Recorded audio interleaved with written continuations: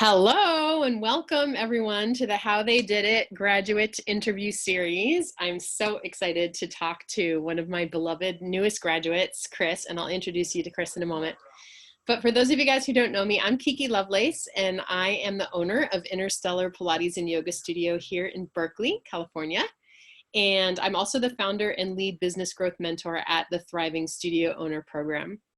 And today I have the great pleasure of interviewing one of my COVID graduates. I have like a group of people that have been moving through this process of business mentorship with me while we have all closed our studios, So for those of you guys who are watching this some date in the future, just know that right now, neither Kris nor I has reopened our studio. We're both in the waiting game. We're in the waiting zone right now. And, but I cannot wait to have Kris tell you the story of how much growth she's had, both in her business and her income, and also in her own sense of self, really, in the last 90 days of us working together. So this, everyone, is Kris Batzner, who owns Red Bloom Yoga, which is a yoga studio in Mount Pleasant, Michigan.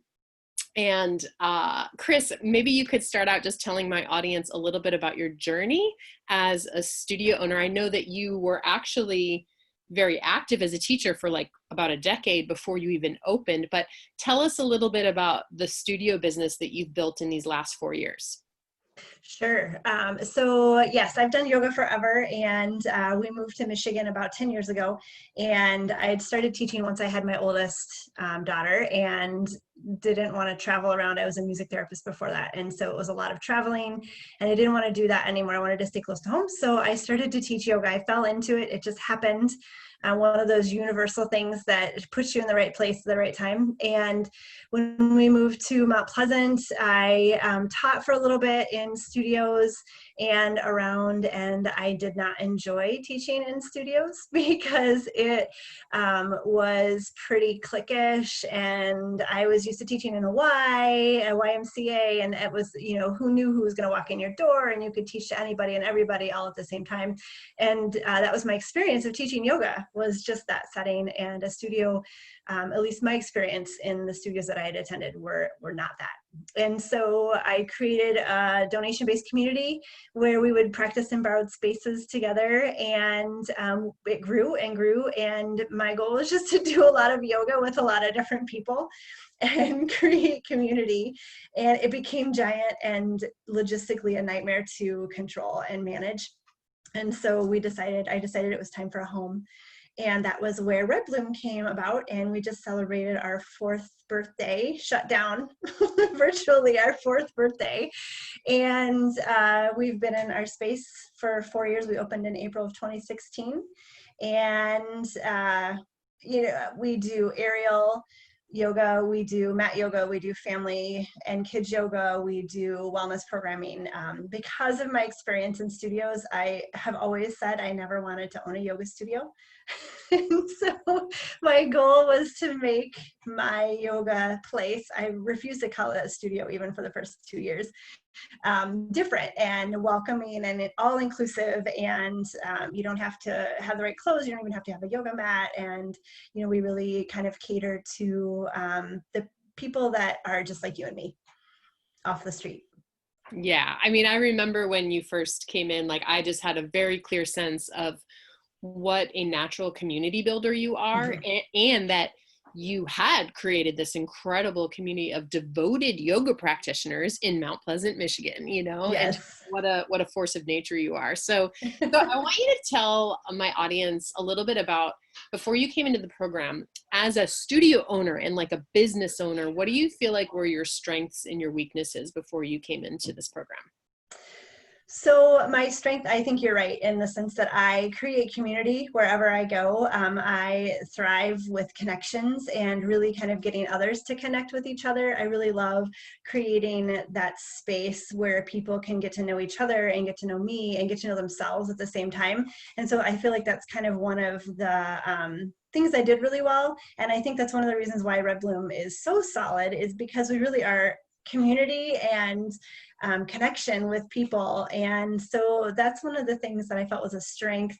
I had no idea how to run a business, absolutely no idea. And I'm learning. There's a lot to learn. And so when Red Bloom opened, the first couple of years were bumpy. I opened initially with a partner. She left after the first year. We had a couple major losses in our community. I had a couple other people leave dramatically and not so dramatically. And so the first couple of years, it was really more of just hanging on and figuring out who I really was, finding my mission and intention for the business really was what it was. And so my weakness was very much direction and running a business. Unfortunately, I was able to create a lot of community that kind of carried me through that first couple of years. Yeah, absolutely. It's been rocky. And honestly, here we are in COVID. It's like right. getting thrown these curveballs, as Yes. as many of us do. I always feel like that's part of what makes me a great business coach is like, this wasn't easy for me to build my studio business. So I just resonate so much with, having those growing pains and challenges to navigate, especially in the early years. Yeah. Yeah. I feel like, well, one of the reasons I started working with you was because I'd been doing it for almost 4 years. And, after all of the challenges that had been presented, I had figured out ways to do things and I felt kind of stable in my business. I mean, we'd made it through a lot of different crazy things and I was just ready to take the next step because I'd kind of like proven myself. I'd cut my teeth. I'd done what I had to do to survive. And I was ready to go to that next level and see what. Okay. So that, I like, this is one thing I love about Kris is like, Kris is a good Midwestern girl that doesn't talk about money, but Kris, I'm going to make you talk about money right now. I figured you would. So like the reality is when you came to me, you really hadn't been taking a salary. Is that correct? That's correct. Like it was, I think I gave myself a Christmas present of $200. That was my. For 4 years. For 4 years.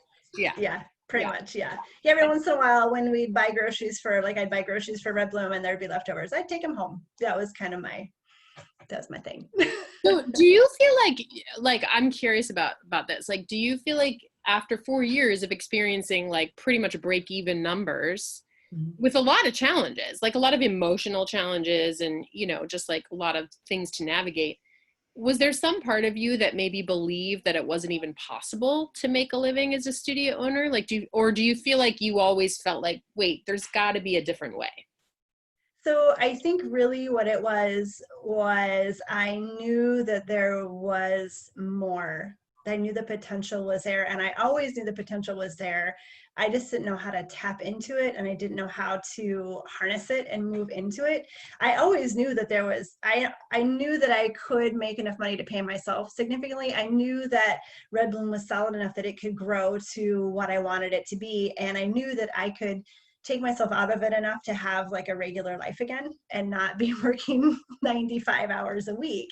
And I knew the potential was there. I believed in it that much, but there was a part of me where I was like, okay, like if I don't figure out how to do this, I'm not doing it anymore. Like I'm willing to just walk away from it at this point because I've been doing this for 4 years and I get a lot out of creating community and that feedback and that connection with people, but there's something where there comes a point where it's like, that's just not enough. I agree. And like, because we've talked about this before, that like, you can only work for peanuts or for no nuts, for so long before it actually feels like out of integrity, because you're trading your life force, your value, your wisdom, like 2 decades of yoga wisdom, and practice for like, and really I always think of money as just like the energy. It's just an energy exchange. It's like they give you money and you give them life transformational tools essentially. So yes, very much so. Yeah, so at a certain point it feels out of integrity to not make a good living as a studio owner. Yeah, very much so. Well, and I have learned early on when like the first third of that where we do the money mindset and everything, and the story that kind of fed me for those 4 years was at least I'm not in the red. Like I always paid my bills. I always had enough. I had a little bit left over every month. And I never had to put more money in, so it was sustainable. And that was the story, like, well, at least it's sustainable, so then I'm successful because it's sustainable and I'm not in debt and I'm not going into deeper debt and I'm not, like, so it's sustainable. And that was my story, but that's such a faulty story because that's not success, Totally. And okay, so I want you to remember back to our business breakthrough call because you just have the best story about this. So like I actually was looking at my notes from our business breakthrough call the other day and just remembering, and this is obviously before I knew you, but you had said this thing about how like I'm just like straightforward, cut and dry. Use the word cut and dry and the phrase cut and dry. And so just tell me about what happened on that call, because you made a decision like really quickly. Although I know you had like seen some of my emails and all that stuff. So it's like we kind of knew each other, but tell us about the conversation afterwards with your husband. You mean the 2 days later when I finally had the nerve to tell him what I did? So funny. Yeah. So I am very matter of fact, I'm very cut and dried, and I need to know everything about a decision before I make it, especially with a big commitment like this program is. And, but I also really listen to my intuition and my gut. And when I connect with people and they speak the language, like you're very matter of fact, very cut and dry too. Like it's very clear, very concise. Like it's not wishy-washy. You say you're woo, and you are a little bit, but at the same time, it's very clear, and it's very organized. Anyway, and so when we had that conversation, like you just spoke the language that resonated with what I needed to hear, what was in my brain, and it was what I knew I needed to get to that next step. Like I'd been looking for this and looking for your words and looking for your organizational skills and everything that you offer in this program. And I just made this like minute decision, like, okay, I'm doing it, which is so, I don't think I've ever made a decision like that before in my entire life, ever. And so, I just committed to it. And I thought, well, I guess if you got me to commit like that, then it probably really works, because like I'm a hard sell. I'm one of those that needs all the information, like I'm a thinking buyer. Like I have to know about it and ask questions. Like I'm one of those people. And like that night I was like, yes, I'm in, I'm all in. And so then I had to figure out how to tell my husband that I'd done that. And granted, it was red bloom money, so it wasn't like I'm just spending our family money to do this. But at the same time, that's a big decision. And so what did he say to you? Did he just look at you like, what? He did. He looked at me like, he kind of went, I could see him trying not to react and be like, what the hell did you just do? And be supportive, but at the same time, like, who are you and what did you just do? Because he asked how it went and I said, oh, it was good. And, he said, he asked about it and what I thought of it. And I told him what it was and how cool it was and all these things that it would offer and all this growth that it had and potential. And he was like, oh, do you think you're going to do it? And the first night I was like, yeah, I think I'm gonna. Even though you had already told me. Yeah, totally. Like the agreement and everything. Yeah, right. And so then I think the next day I was like, so I went ahead and did that. And he kind of goes, oh, okay. And like I hadn't told him how much it cost or anything, like how much I committed to or anything. And so I just kind of walked away and that was it. And then later on he comes to me and he says, so what is the commitment? And I was like, it's a big commitment. And I finally told him and he kind of goes, like that was the moment where he's like, he didn't even know. He was like, you really just did that? And I said, yeah. And he wasn't mad or anything, but it was just, it was so out of character for me that just to make that decision. But it was exactly what I'd been looking for. And it just resonated with me and I don't regret it for a minute. And so like, I often find that even just the commitment of like, I'm going to make this investment in growing my business and taking myself seriously as a business owner, it actually literally starts to change things right away for my people. Yeah. So yeah. When you did make that commitment, like I'm going to do this, I'm going to make my studio successful, even in those first few weeks of the program, what did you start to feel and sense changing? Well, so that first night, I think it was on the call still where I had that panic, that up leveling reaction of, oh my God, what have I done? Like, I can't breathe. Like I turned all red. I was like, I just don't even know what's happening. But then really like after that, I instantly went, and I think it was even from one of the free videos that you had posted on the Facebook group and stuff. And like, I looked at my finances and I reorganized everything. Like, I was just like, oh, let's do this. And then I instantly started to just shift my perspective of not the weak links, but like where things needed to be cleaned up and organized and what needed to happen and what really didn't, was kind of wasting time and money. And, just that perspective instantly was like, okay, here we go. We need to do this. And, here's the little, and I was so excited to actually apply that knowledge and see it work. It was so amazing. So, okay. So I remember there was this one moment, I think we had been working together for like probably, I want to say 6 weeks, and COVID had already hit. So we had all closed our businesses. And you had this moment where, in week 3 of the curriculum, there's a whole pricing strategy training. And so most of my mentees increase their rates and sometimes do a redesign of their pricing menu. And it's a really powerful choice. Like, it's not only does it actually generate a lot of revenue in the moment, but it actually sets them up to have recurring revenue that they can count on and then start to pay themselves a salary. So it's like a really big moment in the program. And so you had already, before COVID hit, you had already you and I had gone back and forth. We had figured out the pricing. So we were clear on it. You had actually announced it, I think March 1st. Yep. And then I remember that last week of March, you were like, am I about to raise my rates? And we just closed the studio. So can you just tell us a little bit about that moment and what you decided to do?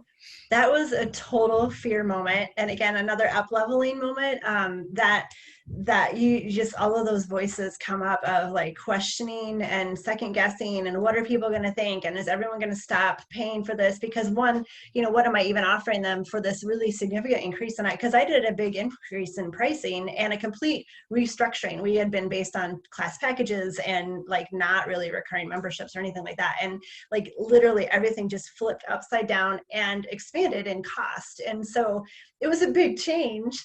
And there was a lot of second guessing on my part and a lot of fear. And I went, as we were working through like the promotions and the emails and the talking about it and all that kind of stuff, I had to do a lot of the pulling all of it back and re-editing, taking out the, well, this is really why we're doing it, and just the explanation, and that let me tell you a little bit more of why this is, just because I just need to stand in that and be okay with it. Because really what we were offering, our prices were so ridiculously low that I had already learned that lesson of value, and just because it's cheap doesn't mean you're going to get more for it.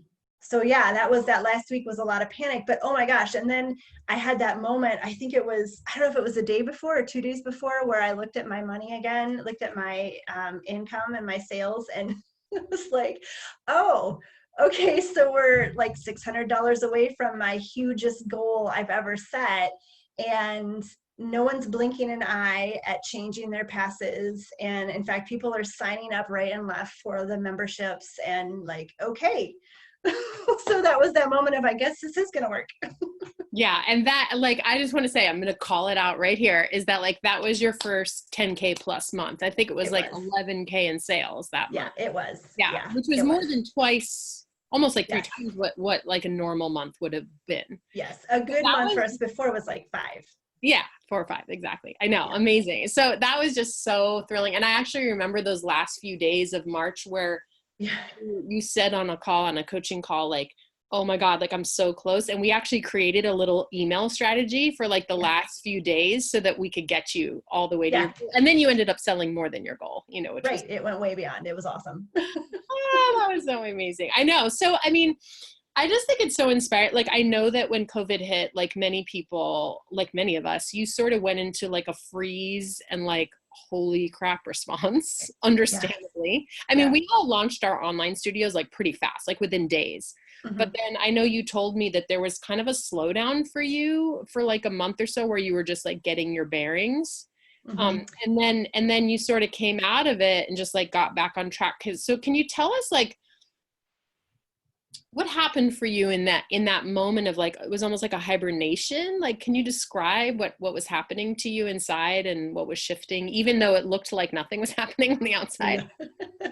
So, I think it was such a hard, just for all of us, it was such a hard decision to close our studio. I mean, like, who knows when we're going to open, if we're going to open, what it looks like when we, I mean, like we're 2+ months into this. And so now we're starting to really kind of play with that because we've been sitting in this purgatory for that long. And so now we need to start to move ahead, but, and who knows when that'll be, right? But at the same time, that initial decision, it was so full of grief and loss and unknown. And the thing I just kept in my head was, thank goodness I'm with Kiki right now. Like, because really, I do think with the way my mindset was before we started, I don't think I would have been able to transition and pivot so quickly and so intentionally. I would have gotten stuck in that cycle of, oh, well, so-and-so's doing it this way and so-and-so's doing it this way, and I need to do it like them. And I just, quite honestly, I didn't even look for like a month and a half. I didn't even look at anyone around me other than like the people in the program and talking to you, like, because that first month, it was such a stress response. Like, I mean, I didn't sleep. I knew it, you can feel in your body doing yoga, your body, right? And your stress responses. And I was so much in that panic and that like crisis triage mode. And once we started doing our classes and we had good numbers and teachers leveled out and everything was kind of going after the first couple of weeks, like things smoothed out. And so then it was almost like, well, now what? Because I'm not in triage mode anymore. I don't know what to do because now I have to figure out what to do. And I don't know what's going to happen with that. And then I did, like, it was dark. And coming out of it, really was, I looked at it as the opportunity to really kind of cut the fat and the things that no longer serve me. And coming out of that first month of panic and seeing that it will work no matter what it looks like. Like I had never expected to run a studio like this, and it's working, and I'm still making money, and I'm paying all my bills, and like we haven't gotten a reduction on our rent, and like we still have all of our utilities and insurance bills. I mean, like all of that still was happening, and I was able to pay them all still, and it really gave me that perspective of that shift in that business model, and then really standing firm in the place of what do I really want out of this? Like, how do I want this to look when we come out? And being able to just really stand in that place of, okay, here we are, like the lights are out. We're shifting everything. We're moving all the furniture. We're shifting people. Like we're doing everything, painting the walls. And now, like theoretically, and then the lights will come on eventually, and it will be a whole new place and a whole new world, and I will have been able to determine exactly what I want, when I want, how I want it. And so shifting into that perspective of, like you said, opportunity, to really change things. Because now, like, my landlord wanted me to buy the building. Oh, well, this is a great excuse. I don't want to buy the building. I never wanted to buy the building. And that was going to be a tough conversation. Well, now I can just be like, oh gosh, COVID, I'm not going to buy the building. And, these teachers that were complaining that they're not teaching enough because they don't get paid enough and they want more classes on the schedule. Oh, well, COVID, this is the way it has to work to pay our bill. Like, Yeah, totally. And I feel like you're highlighting something that I think a lot of us go through in the early years of business ownership, which is, and maybe for long periods of time, which is like, we orient to what's outward, like, what is that studio owner doing? And what is that studio? Yeah. Like, what do people think? What does our staff think? What do our customers want?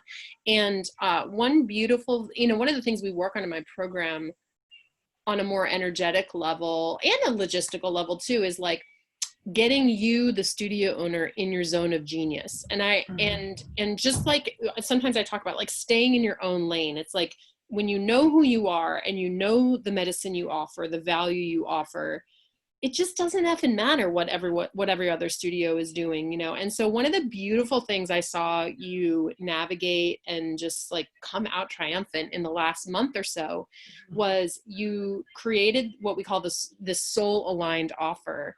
Yeah. And it's like, you sort of like trim, like you're saying, like you trim the fat of like all these extra things. And it's like, I see you right now as being so clear on like who you are, how Mhm. you can serve, and like how you can sit in the right seat in your business as the owner versus all the other seats that need to be filled by someone else. So Right. can you tell that my audience a little bit about like what that now feels like, and how you see that manifesting, in your business now and in the future? Yeah, and I think I said this to you on one of our last calls. Maybe it was the end call where you talk about your zone of genius throughout this program, and I kept thinking, I don't know what my zone of genius is. I guess I like doing that, but I don't really know what my zone, like I don't know if that's my zone of genius or not. And when we came, it was actually in the 21-day marketing program, and we came up with this program, and that was it. I was like, oh, there's my zone of genius. These special workshops and these focuses, which go back to that connection and that community, right? Like creating these experiences, that fires me up. That gets me excited. I could work on that forever, and creating these little things. I love that. And so finally I was like, oh, there's my zone of genius. I finally found it right before I finished. And so having that clarity of what really is my zone of genius and what really fires me up to be a leader has allowed me to be more comfortable with handing things off. I am, just like probably many of us, are a micromanager, and I like to be in control of things, and I need it to be the specific way, and yada yada yada. But it doesn't have to be. And I've realized that doing that really takes away time and energy from creating these really cool workshops and events, and like just containers of these little things surrounding yoga and experience. And so that's given me the bravery, is probably the best word, to say, okay, I need someone else to do these stupid emails, and okay, I need someone else to manage my money because that just drags me down. Okay, I need someone else to teach these regular yoga classes because I love teaching, but this is really how I love teaching. It's not the day-to-day classes. I do it and I love it and I connect with our students, but at the same time there's that next level of, oh, this is really where I need to be. And it gives me such clarity and guidance. Like now I know, Red Bloom needs to be able to run itself, which it has, and it will continue to do that. And I don't really need to be like fingers in all of the pots. I need to run it and make sure everything's running smoothly, but that can be over here. So I can be here creating these containers and these experiences and really supplement that way. Yeah. And to me, like that is what being a thriving studio owner is about. Like the money's great and it's fun and Mm-hmm. it becomes very pleasurable and almost like a game of like, oh my God, this is so amazing. When you've been living in a break-even place and all of a sudden you double your revenues within like, 30 to 60 days, it's just like, it's fun, quite frankly. And Right. it is satisfying too. And yet, for me, that's what being a thriving studio owner is about. It's about actually having a business that is enjoyable for you, Right. and that is stretching you every day, to evolve and to learn and to grow as a leader. But really, ultimately, that like you're excited to wake up to in the morning. Well, and the other part of that too is the value that is put in that. I feel like for me, teaching yoga classes day to day is great, but the value for me isn't, the depth of value isn't in that. And once I found that zone of genius and the thing that really fired me up, like I see the value in that, and that allows me to offer it at a value. And so the money just follows. Like, this medicine that I give, this expertise that I have, and these things that I create have value, and they have value to me, and I see the value that others receive from it. And so I'm okay asking $100 for it, or I'm okay asking for whatever, more money than be like, oh, let's do $20 and see what happens, Yeah. Yes, amazing. Awesome. Well, thank you so much for sharing some of your story with me and with the audience. I just love working with you. You're so much fun. And for any of you guys who are considering working with me and my team, I will put the link to our calendar below, and you can hop on just like Kris did on that magical day, Yep. a free business breakthrough call with me or my team members. And we can talk about whether or not this would be a good fit for you, and really if it could help you to get to that next level self and that next level business that Kris described she knew was possible for her. And so, Kris, I want you to tell our people, like, if they are in your neck of the woods in Michigan, or even if they're not, because we all have virtual businesses now, how can they find you?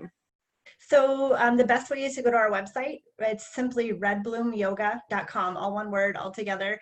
We have our virtual schedule. We have any events that we're having, all of the information that you could ever want to know about us, photos, things like that. You can also follow us on social media, Facebook and Instagram. Again, it's Red Bloom Yoga. But again, that website is probably the best place to go.